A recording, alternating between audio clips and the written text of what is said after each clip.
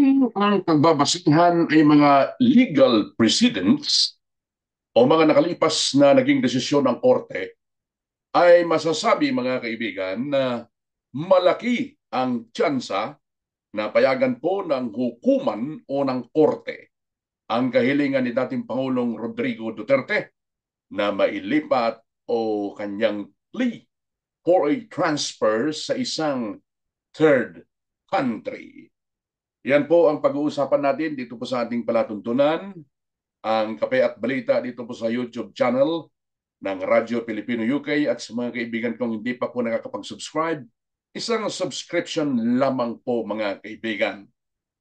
So ang laki po ng tsansa pala mga kaibigan ng dating Pangulong Rodrigo Duterte na payagan po ng ICC o ng International Court yun pong inihain na plea for release mga kaibigan sa isang ikatlong bansa o third country nitong si dating Pangulong Rodrigo Duterte.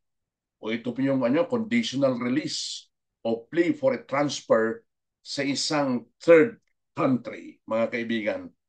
Kabilang umano sa mga issue na kinakailangang ikonsidera at timbangin ho ng korte o ng hukuman, mga kaibigan, kung saan kailangan dapat ikonsidera ang kahilingan ng dating Pangulo, ito yung dalawa na mahalaga. Yung kanya pong edad at yung kanyang estado ng kanyang kalusugan. Siyempre kapag 80 anyos ka na, 79 on 80 o 80, siyempre mahina na po ang katawan ng isang individual dyan, di ba? Medyo mahirap na maglakad, kung ano-anong karamdaman na po ang dumadako sa isang tao. Kapag may edad kang ganyan, tumuntong ka na sa edad na 79, 80, 81, 85, mga kaibigan, ganun ho eh. Nakikita naman nun natin na medyo hirap nang medyo maglakad yung ating dating Pangulo. Pero yung pagiging sharp ng kanyang isipan, ng kanyang utak ay nandun pa rin mga kaibigan bilang dating isang matinik na abogado at prosecutor mga kaibigan. Ito po naman ang naging pagtaya at naging pahayag po ng abogadong si Arnedo Valera, isang US-based international human rights lawyer at the same time po ay isang professor o nagtuturo po ng international law. Diyan po naman sa San Beda College kung hindi ako nagkakamali. So ito yung mga abogado mga kaibigan no, na maaasahan mo pag nag-isip ay walang kinikilingan, hindi sila papanig doon sa gusto nilang mapadali at hindi mabigyan ng kanyang karapatang pantao yung dating Pangulo. Sa kabila ng katotohanan mga kaibigan na yung inaakusa sa kanya ay puro aligasyon pa lamang naman hanggang sa mga oras na ito. Ibinigay po na halimbawa ng abogado o itong si Attorney Valera ang dalawang kaso ng nakalipas na mga taon kung saan po ay pinagbigyan ng International Criminal Court o ng ICC ang potensyal para sa provisional release, temporary liberty ng isang kandidato dahil po naman sa edad at sa medical condition po nito. Ito yung isang halimbawa na ibinigay ni Attorney Valera mga kaibigan in the prosecutor versus Laurent Gbagbo ng ICC. Ang korte ay inacknowledge po mga kaibigan o kinilala yung potensyal na mabigyan at pagkalooban ng provisional release yung akusadong si Gbagbo, Laurent Gbagbo, dahil po naman sa kanyang edad at ng mga medical conditions po nito na inilatag ng kanyang mga abogado. Gayon din sa International Criminal Tribunal sa isa pang kaso ng prosecutor versus itong si Sesegi. Sesegi na isang akusado sa dating bansang Yugoslavia mga kaibigan. Pinayagan po ng korte na temporarily ay ma-release ito doon sa kanyang detensyon at pinayagan yung kahilingan na mapunta siya, maibalik doon po sa Serbia. From The Hague, Netherlands, pinayagan po ng korte na mailipat siya doon po sa Serbia, mga kaibigan. Yung Serbia, yun po yung nagsisilbing third country, mga kaibigan, dahil sa mga issue ng kalusugan nito o medical conditions po nito, mga kaibigan. Yan ay dalawa lamang po sa mga ehemplo o mga precedents na dinesisyonan po ng ICC na nakalipas na mga panahon. Baka po hindi nalalaman ng karamihan, mga kaibigan, na ang dating Pangulong Rodrigo Duterte ay napaulat na dumaranas ngayon ng tinatawag po na chronic neuromuscular disease.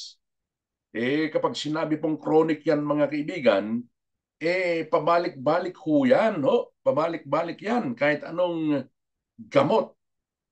Yung mga gamot na iniinom o tinatapal na sa mga sumasakit, parang ano lamang ho yun, pansamantala. Pero babalik pa rin yung sakit na yan pagkatapos. Yan tinatawag po na chronic.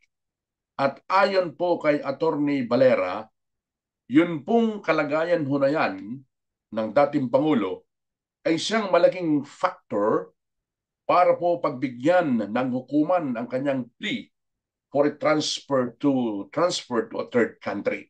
Ito po yung kanyang pansamantalang kalayaan sa isang neutral na bansa, ikatlong bansa, mga kaibigan. Si PRRD, mga kaibigan, alam naman po natin ay kasalukuyan pong nariyan po sa ICC detention habang inaantay po ang pagsisimula ng trial sa mga aligasyong crimes against humanity laban sa kanya. Ito'y bilang bunga po ng umano'y maraming namatay noong ilunsad ang kanyang war on drugs. Diyan po naman sa Pilipinas nung siya ay kasalukuyang Pangulo ng ating bansa. Gayunman, mga kaibigan, ay nilinaw nitong si Attorney Valera na ina-apply at isinasailalim po ng korte sa mahigpit na case-by-case balancing test ang kanilang evaluasyon sa mga humanitarian appeals katulad po nito, yung plea for transfer to a third country. Hindi basta-basta dinedesisyonan ng korte yan, kundi inilalagay ho nila, tinitimbang ho nila ng mahigpit, mga kaibigan. Hindi kumbaga meron ng hiling yung kanilang mga abogado, pagbibigyan ka agad, hindi ho. Ang sinabi dito isinasailalim po sa mahigpit na case-by-case balancing test ang kanilang mga evaluasyon para sa mga humanitarian appeals katulad po nito, mga kaibigan.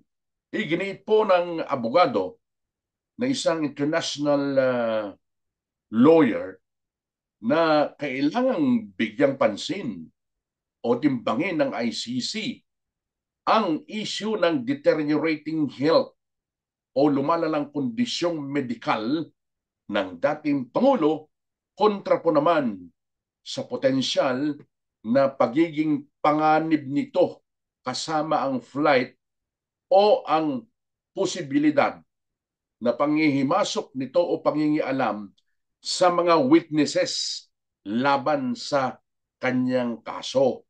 Yun, titimbangin ho ng korte yun, mga kaibigan. Mas malaki ba yung posibilidad na ito ay maaari niyang kialaman yung mga witness laban sa kanya at i-influensyahan sila na umatras o siya ba ay flight risk o siya ba ay talagang kailangan pagbigyan lumabas pansamantala dahil sa kanyang kondisyong pangkalusugan. Yun ho ang titimbangin ng korte, mga kaibigan. Aminado itong si Attorney Valera na ang proseso ay mahirap o masalimuot, subalit hindi ito posibleng mangyari. Kasabay po nito pinaalalahanan nitong si Attorney Valera yung mga abogado ng dating Pangulo na nakaatang sa kanilang balikat ng defense team ni PRRD na kailangan po nilang magpakita ng mga kapani-paniwalang ebidensya. Yan, ilatag nyo. Ayan, magpakita ng kapanipaniwalang mga ebidensya ng medical risk at concerns o security concerns nito, ay hindi malayong papayagan po ng korte ang conditional transfer ng dating Pangulo kapag pinaniwalaan, kapanipaniwala, yun pong mga ebidensya na ilalatag po ng kanyang defense team dyan po naman sa ICC, mga kaibigan. Sa kasalukuyan ho, ay hindi pa naman binabanggit ng team ng dating Pangulong Duterte kung saang bansa ang napili niyang gustong lipatan, mga kaibigan. Magugunita ho na naghain po ng plea ang defense team ng dating Pangulo sa pangunguna ni Attorney Kaufman in a 16-page urgent request dated June 12. Ang lead counsel ng dating Pangulong si Nicholas Kaufman ay pumapayag daw ang isang gobyerno, isang bansa na hindi pa po binabanggit, express willingness. Willing po yung bansang yan na tanggapin ang dating Pangulo na siya ay pansamantalang titira doon sa kanilang teritoryo kapag pinayagan po ng ICC ang interim release nito, mga kaibigan. Iginiit po doon sa kahilingan ng abogado ng dating Pangulo na hindi po flight risk ang dating Pangulo at yung custody is not necessary to ensure his appearance before the court. Ibig sabihin, kahit wala sa kustodya po ng ICC ang dating Pangulo, kapag kinailangan po siya ng ICC na mag-appeal sa araw na ito o araw ng bukas o sa susunod na mga araw, kahit na sa ibang bansa siya, automatiko na darating siya. Hindi kailangan i-detain siya roon para siguradong makakadalo siya dun sa mga hearing, mga kaibigan. Ikinatwiran po ng abogado ng dating Pangulo ng dating na si Duterte ay hindi po threat, may tuturing na threat sa ICC proceedings sa kabila po ng katotohanan na ang kanyang global profile ay talaga po namang matindi. Subalit, yung kanyang political power po ay medyo nabawasan na simula po nung siya ay bumaba sa pwesto bilang dating Pangulo. So sa mga kaibigan natin, nagmamahal sa pamilya Duterte, particularly kay dating Pangulong Rodrigo Duterte, umaasa po tayo, mga kaibigan, na mapagbigyan ang kanilang kahilingan sa lalong madaling panahon para hindi naman po maburo ang dating Pangulo dyan sa detention center ng ICC. At least kapag nasa isang bansa po siya, mga kaibigan, na hindi pa naman binabanggit, at least makagala-gala siya doon. Makapag-relax. Makapasyal. Hindi naman sa flight risk dahil monitor pa rin naman siya ng ICC. And he is readily available anytime na tawagin siya sa hearing dyan po sa The Hague, mga kaibigan. Pero malamang siguro sa malamang, mga kapitbahay na bansa din lamang ng Netherlands, ang mga bansa na maaring payagan na pansamantalang tumira itong si dating Pangulong Rodrigo Duterte. Umaasa tayo na pagbibigyan ito ng korte, mga kaibigan. Sa mga kaibigan ho natin na hindi pa po nakakapag-subscribe sa atin po namang Kape at Balita program, dito po naman sa YouTube channel ng Radyo Pilipino UK, baka naman gusto nyo mag-subscribe. Ilang subscriptions lamang para sa mas marami pang video contents na atin pong ihatid sa ating mga kababayan. God bless po sa inyong lahat. Ingat po kayong lagi, mga kaibigan. Bye for now, folks.